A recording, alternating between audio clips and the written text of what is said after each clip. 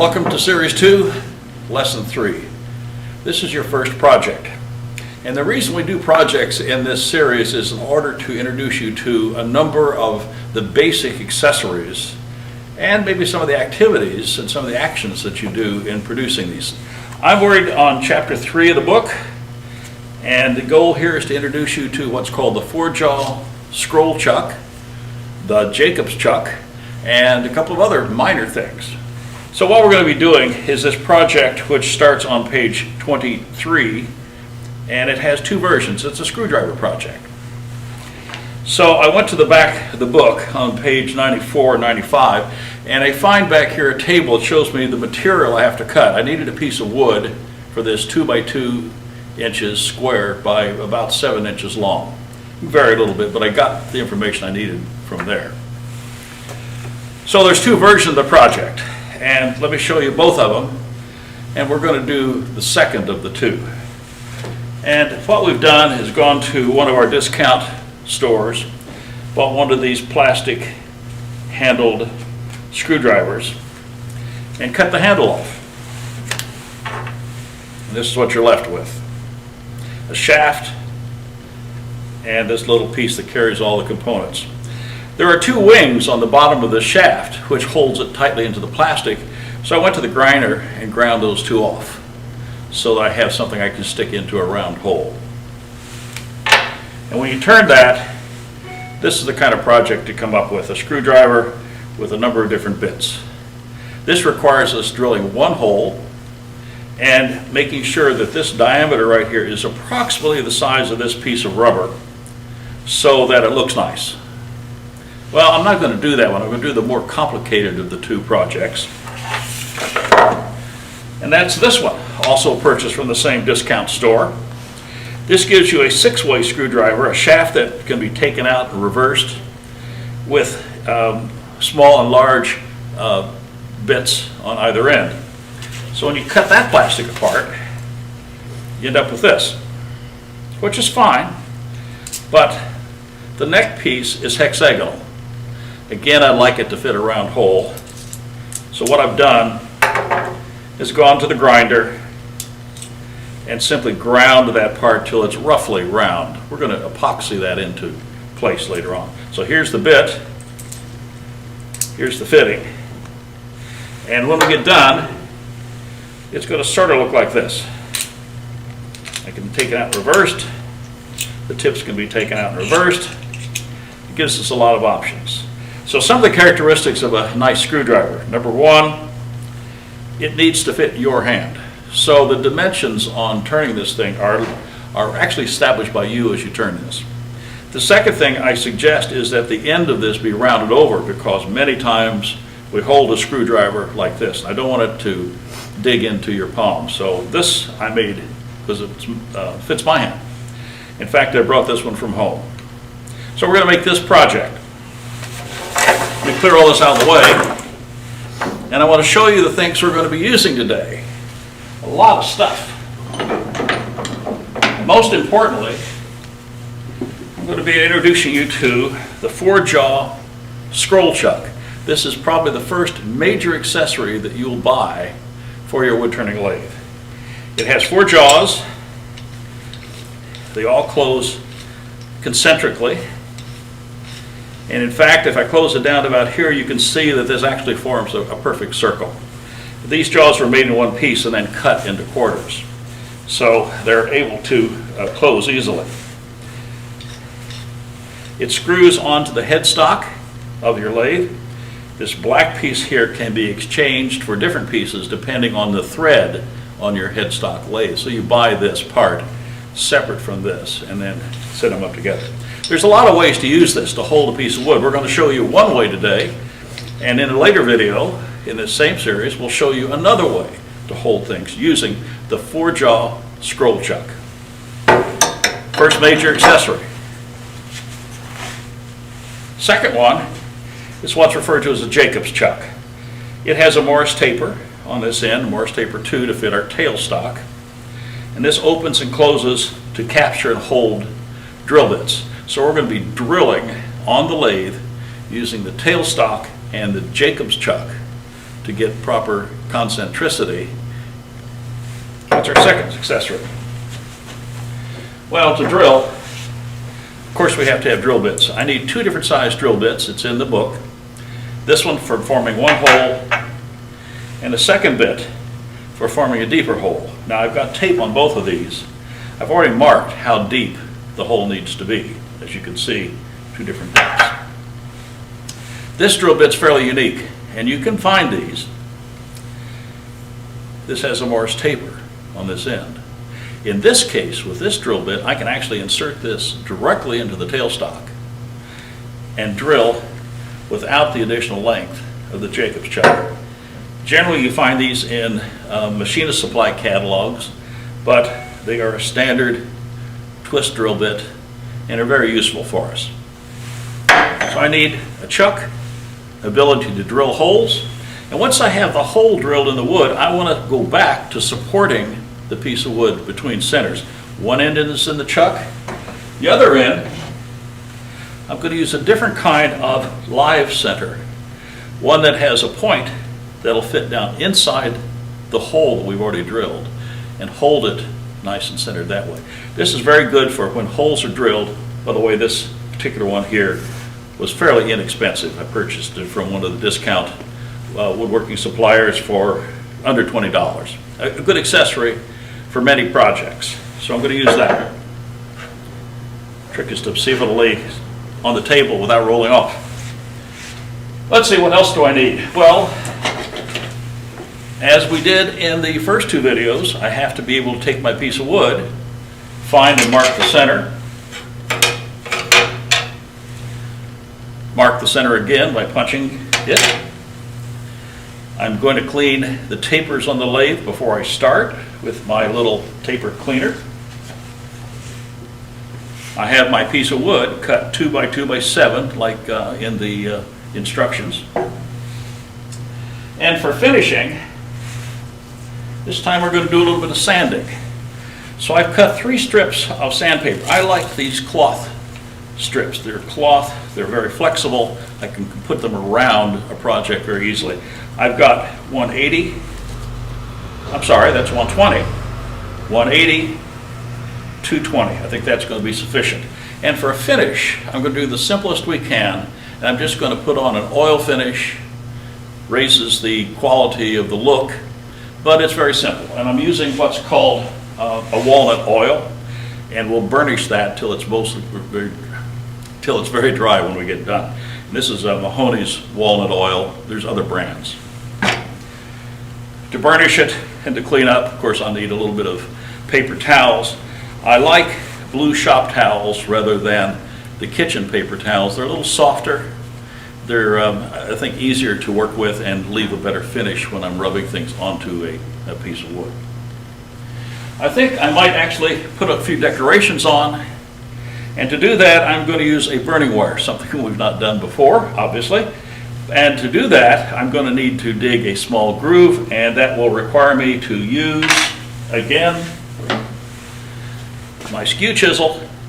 And with this tool I'm going to show you the second of the many cuts that the skew chisel can make, and this is called a V cut, and I'll demonstrate that as we go through it. So that's kind of where we're going to be going. So I'm going to put all this stuff back in the right order, step over to the wood lathe, and let's get the project started. Reset, be with you in a second.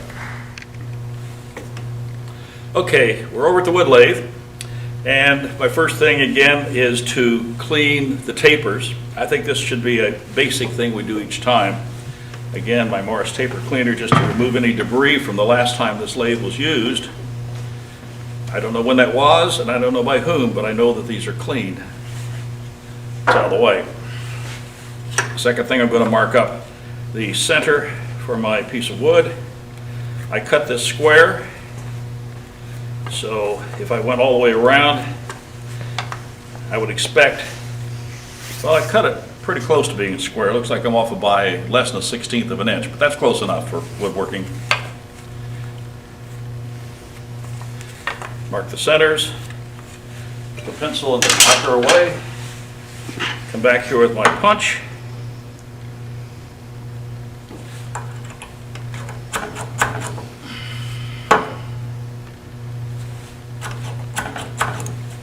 and mark the two centers. Now, when I hold this on the lathe this time, I'm going to do something a little differently. We're going to start with the 4-jaw scroll chuck, and the reason is, at some point, I need access to the opposite end of this project in order to drill a hole, which means I have to have a solid holding thing on this end. The drive center is not adequate. Well, we have an insert here we know that matches this particular lathe, so I'm going to screw the chuck on. This is a 1x8 thread, 1 inch diameter, 8 threads per inch. And I don't want to do that because it's not a tight seat. So I'm going to take the last 1/4 inch and slam it on. Trust me, to get this off of here, I'm going to need mechanical help. I can't loosen it. That's good. So, because this piece of wood is its size, and I haven't rounded it, I'm going to grab it between the corners of the chuck, like that. That's just loose. I'm not going to tighten it too much yet.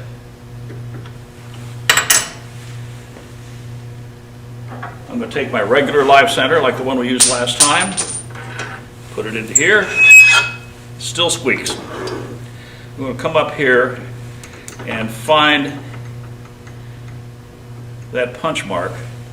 Now this piece is lined up, and I'm going to take my key and tighten the jaws. There are 2 holes here. I'm going to tighten one, tighten the other, and I'm going to keep doing this as long as I can move that key.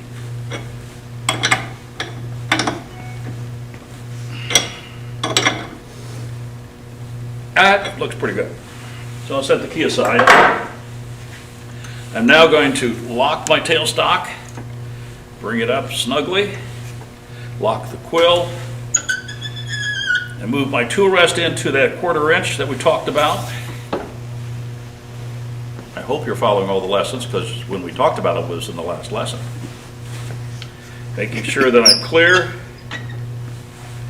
I'm also making sure that the end of the tool rest is clear from the 4-jaw chuck. I don't want it to run into this either. So my first tool of use will be the spindle roughing gouge, because I just want to make this round. So let me get myself ready. Watch is off. Glasses are on.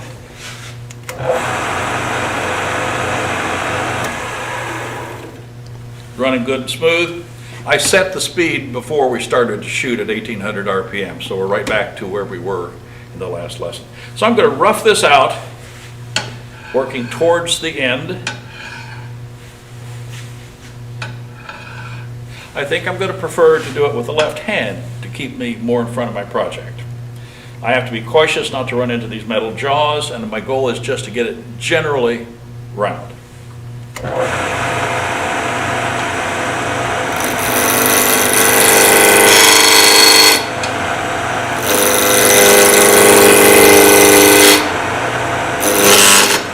Whoa!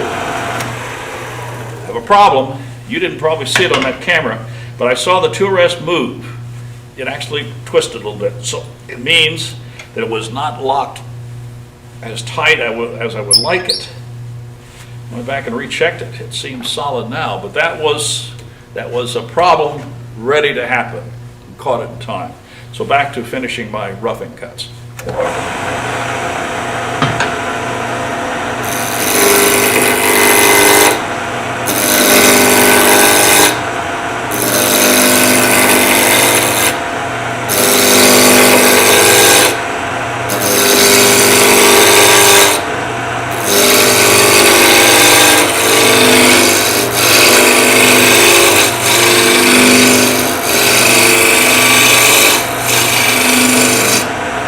I want you to hear something. As I approach roundness, I'm pretty close to it right now, the sound of this cut changes from a bump, bump, bump, bump, sounding like a outboard motor, to a more smooth, steady sound. And that is hitting solid wood and no interruptions. So start listening to the sound of the wood as you cut it, and you'll begin to find out, are we round? Without having to do that sometimes. So let me finish this.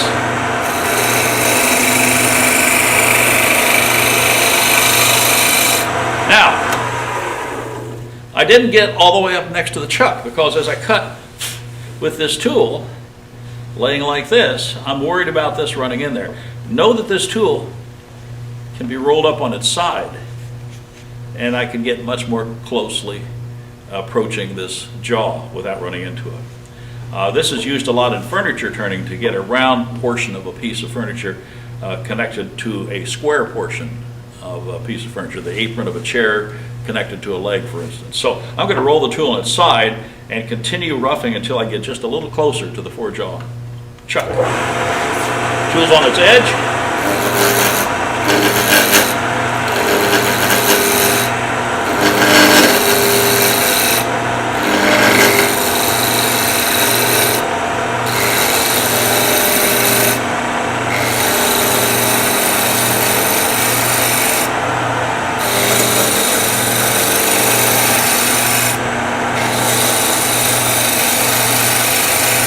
Steady sound.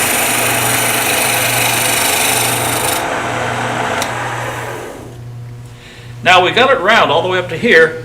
As you see, it didn't leave a very smooth surface at the end, but I don't really much care. This is all going to get cut away in the long run.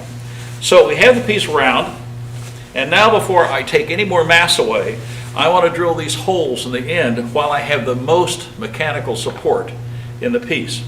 So what I'm going to do now is put the tool away, remove my tailstock. This is staying tightly right where it was. And I'm going to extract the live center. By backing this up, I reach a point where it doesn't want to turn any farther. A little farther turn, a pin pushes this free. So this comes right on out. So that's out of the way. First hole I want to drill is going to utilize my Jacob's chuck. So I'm going to seat it. I'm going to take a small Forstner bit of the size necessary, put it into my chuck,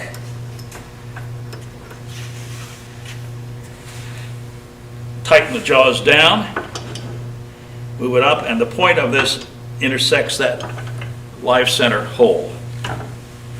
Now, I don't want to drill at high speed. The bit will heat up, the wood will heat up, wood expands because of any residual moisture, and it could bind the drill bit, certainly burn inside the hole. So before I do anything, I'm going to reduce the speed on the lathe to its lowest setting. In this case, it's 500 RPM. So I come down here, move the belts to 500 RPM.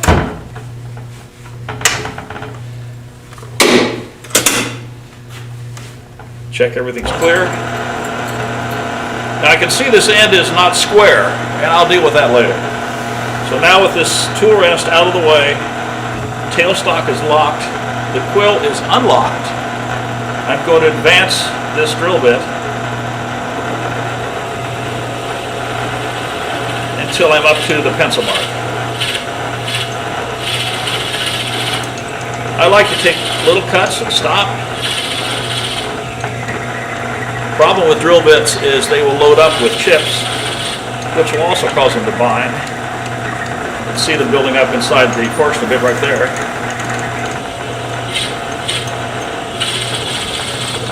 Back it out, clear the chips,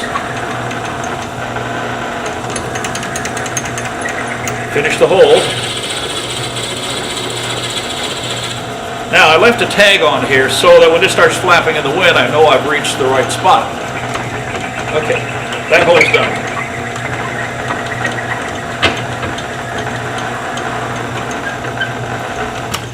And I have another hole to drill. I'm going to extract this.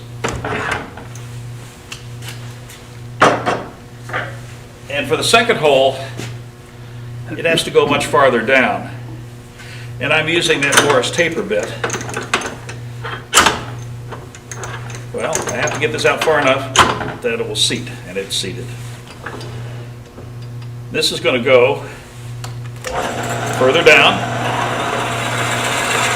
Now it's a twist drill, which means it's going to extract the sawdust and the chips to some extent. But don't trust that because it still loads up.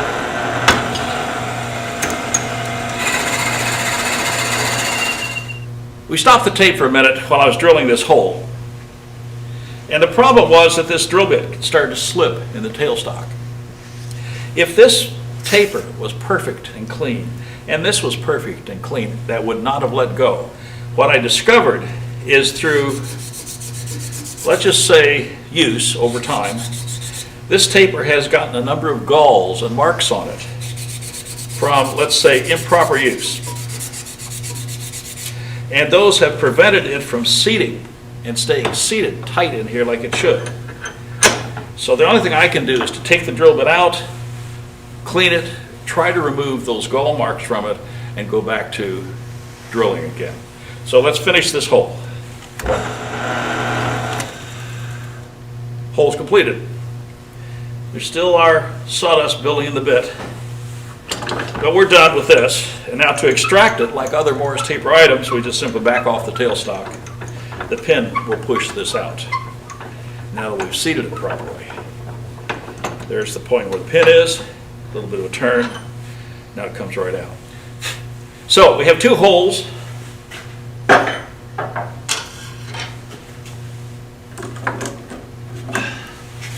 And the first larger hole is to seat this component in. The second hole, the deep hole, will allow the other bit to rest all the way down inside of here, like that. So we have our holes ready. And now I'm going to put in the live center. It's a different one. This has a cone on it. And the purpose of this is to rest inside the hole and give us support. So now I'm down to shaping my screwdriver. The handle's going to be up here. I'm going to stop a few times and grab it to see if it fits my hand properly. But basically, I'm going to use our shallow fluted gouge for most of the cuts.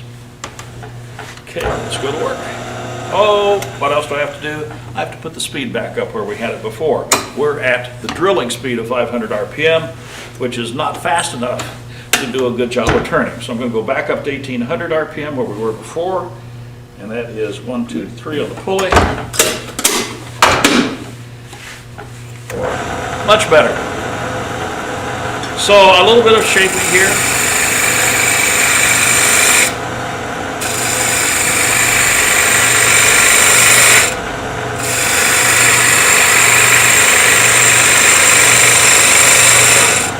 I'm using this gouge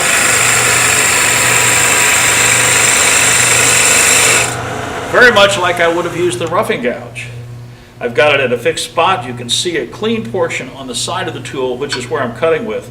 My hand is against the tool rest, and I'm cutting it down at a slight taper, and to make that taper work even better, I can turn the tool rest to monitor that same shape.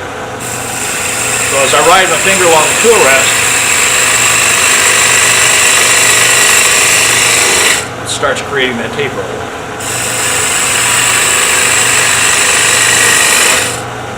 Right hand holds the tool against my side.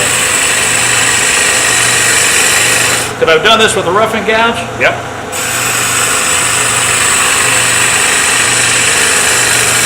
As many times, there are multiple tools that will do the same job. And now I'm just trying to come down to a pleasing size that suits me.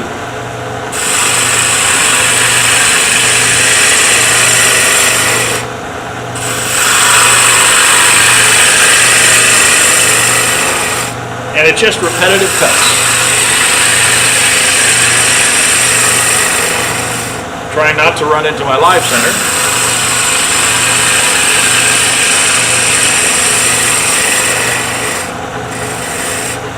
And I'm cutting from the left to the right, which is from the larger diameter to the smaller diameter, which is in spindle turning, what we refer to as downhill to the grade. And maybe just a little bit more.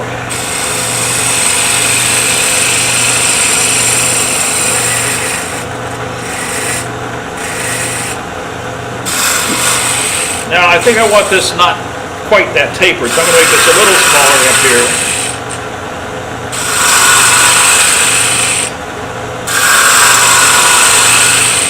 And by using a piece of 7-inch wood, we give you plenty of stop to prevent you from having to go up against the 4-jaw scroll chuck and still have a nice hand grip size.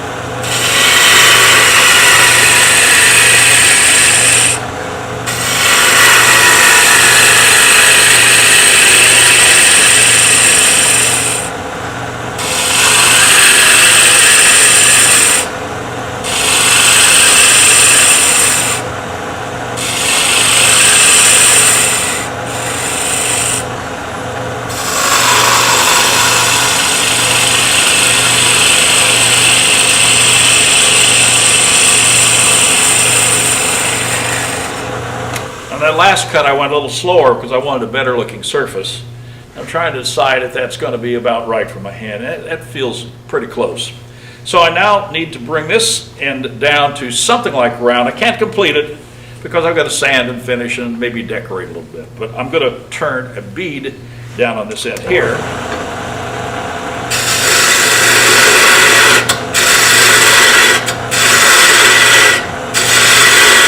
All that wood's got to go away. So I'm going to roll a bead. Fingers on the right hand side, my wrist is free. First cut.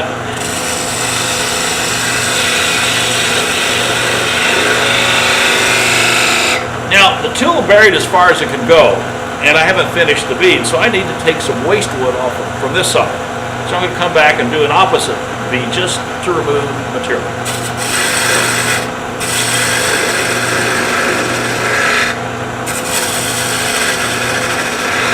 Now I'll go back and do a little bit more over here. Well, I'll do it with the other hand. Now I'm going this way, so my finger's on top now.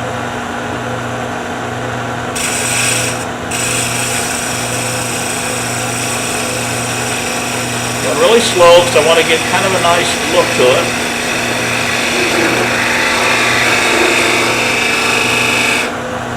All the way over on the side. Rotated that full 90 degrees. So that's kind of roughly right. I'm looking at the curve here to see if there's any spots I want to maybe take a little bit off on. Basically, it's pretty close. So, the next thing I need to do is do a little bit of sanding. Now this isn't down enough to part off, but when I pull this away, I've got to be sure that this isn't going to go moving on me. So I'm going to put the tailstock back in place. We've got 3 grits of sandpaper, 220, 180, 120.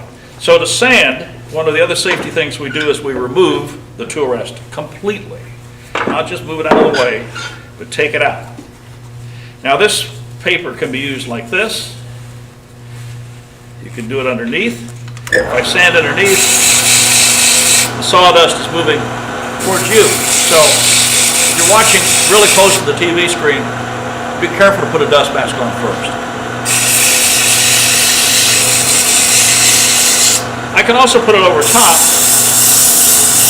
and by turning it at a slight angle, I can kind of blend away little marks that I may have left on there from shaping with the gouge. I'm going to do as much of the tailstock as I can, the end of the screwdriver as I can.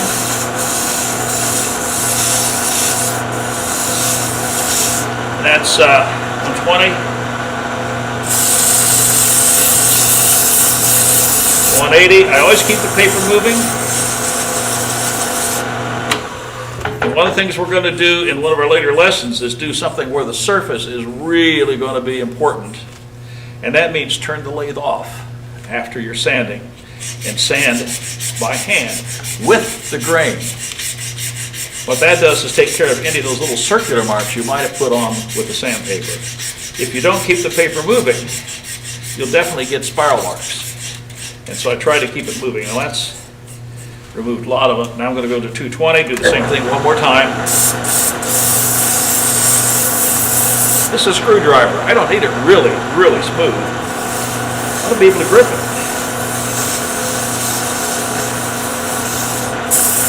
220.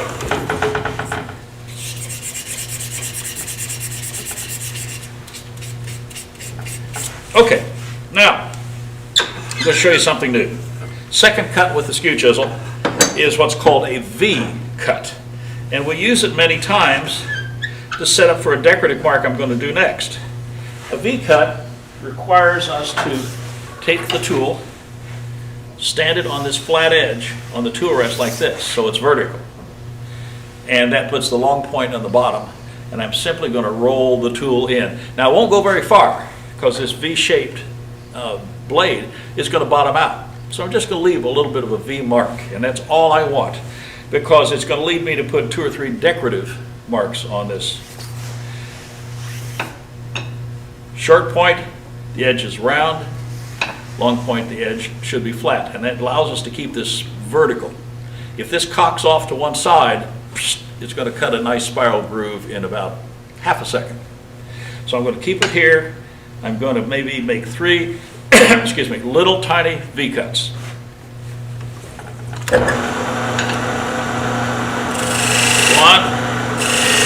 2, 3. Now, that's not much.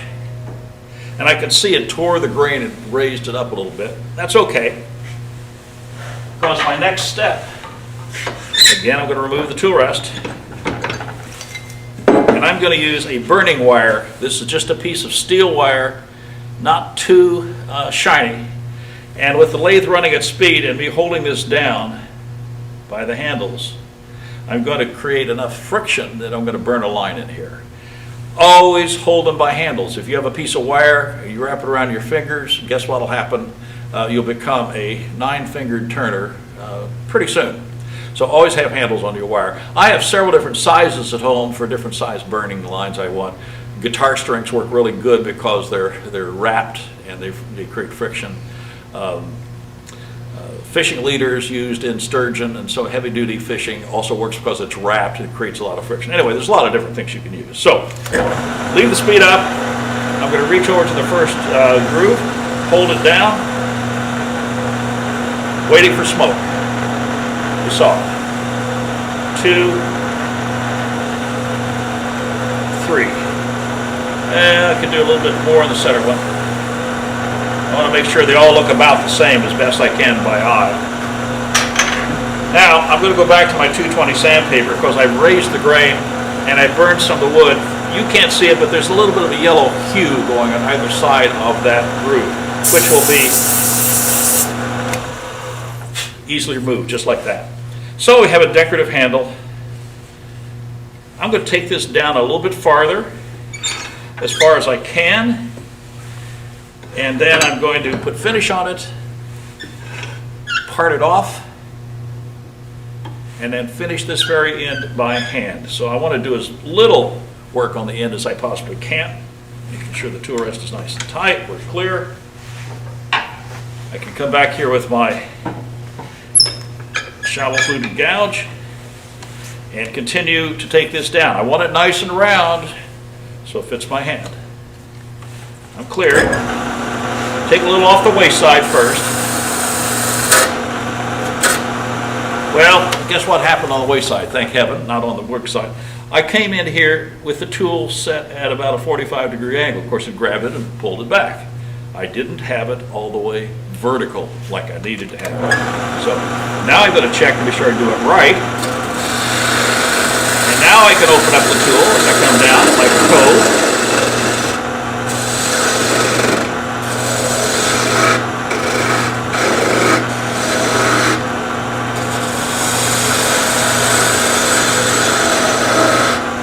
Okay, I have more room to work to bring this down. Back to the left hand.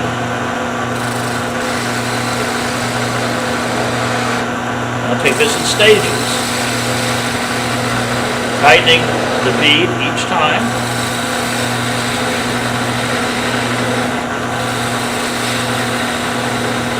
The tool is all the way up on its side. And I'm not really happy with that bottom yet, but that's okay. Tool rest out. Back to my 180 and 220 to sand some more of that area I just exposed.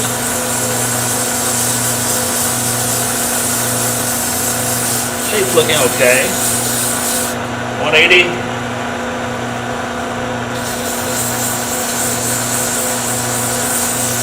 220. Okay, so we're down to finish. No, I don't mean complete, I mean add finish. And I'm going to use what's called walnut oil. Just happens to be something that goes on easily. It doesn't take much work. And I'm going to use a piece of blue shop towel, fold it up to apply it. Set the top aside so I don't lose it.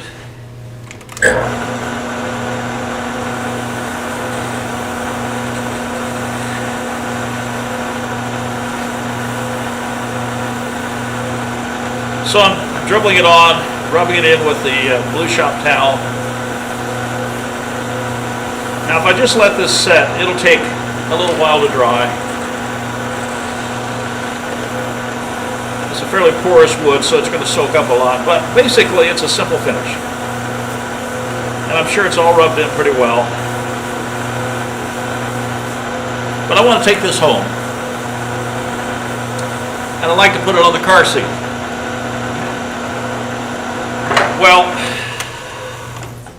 it's a little sticky. So what I want to do is burnish it. And burnishing it, I'm going to take dry paper, shop towel, and I'm going to increase the lathe speed, and I'm going to put pressure against it until it gets warm. And that's going to set the finish. So that means I need more speed. So I'm at 18. Let's go up one more speed. On this lathe, it turns out to be 2700s, the next step up. So there's 2700. And what I'm going to do is simply hold the paper towel on the bottom, and I'm waiting for my finger to get warm.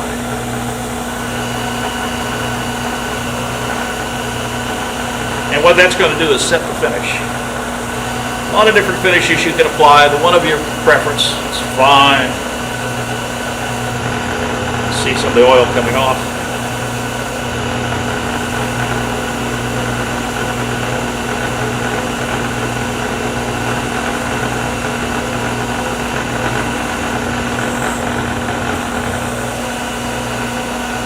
My finger's getting kind of warm, and that's good.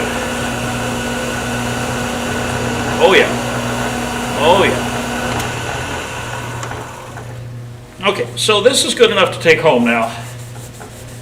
It's clean, it's dry. The wood I've used here, again, by the way, is poplar. It's an inexpensive, kind of porous, soft hardwood. So you can take your best hardwood and make a really nice looking handle. Anything will do. So now I need to part this off. You can come in here with a scroll saw, a Japanese pull saw, and cut this and then hand sand that in. That works really great.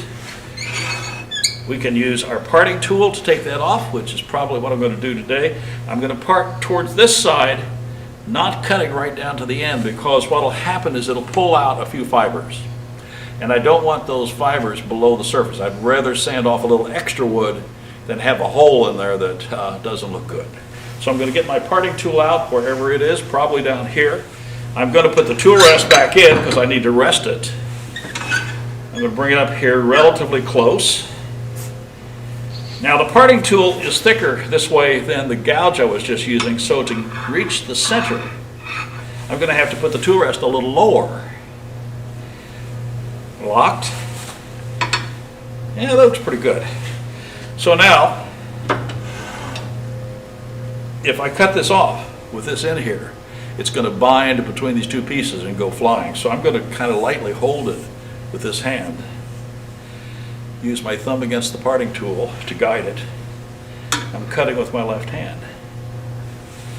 And I'm at 2700 from the, I want to take it back down to where I was, down to my 1800 RPM. That's just one notch down.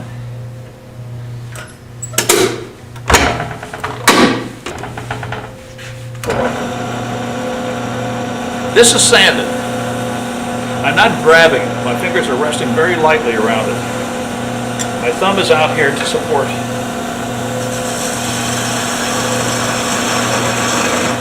And I'm not going to push really hard. I'm going to take my time.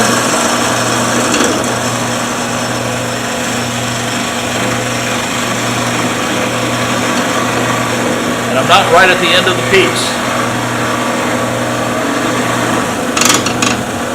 As soon as we part off, you'll see what I mean. When you get down towards the center, the wood's not moving very fast. So it's going to take a little while to get through it. By the way, there's no drama when you finally cut through, because I'm already done. The piece has already come up. It basically just stops turning. So what we have now to do is we have this little nubbin on the end that needs to be sanded away, carved away in some way to complete the handle, which I'll do that off camera. And then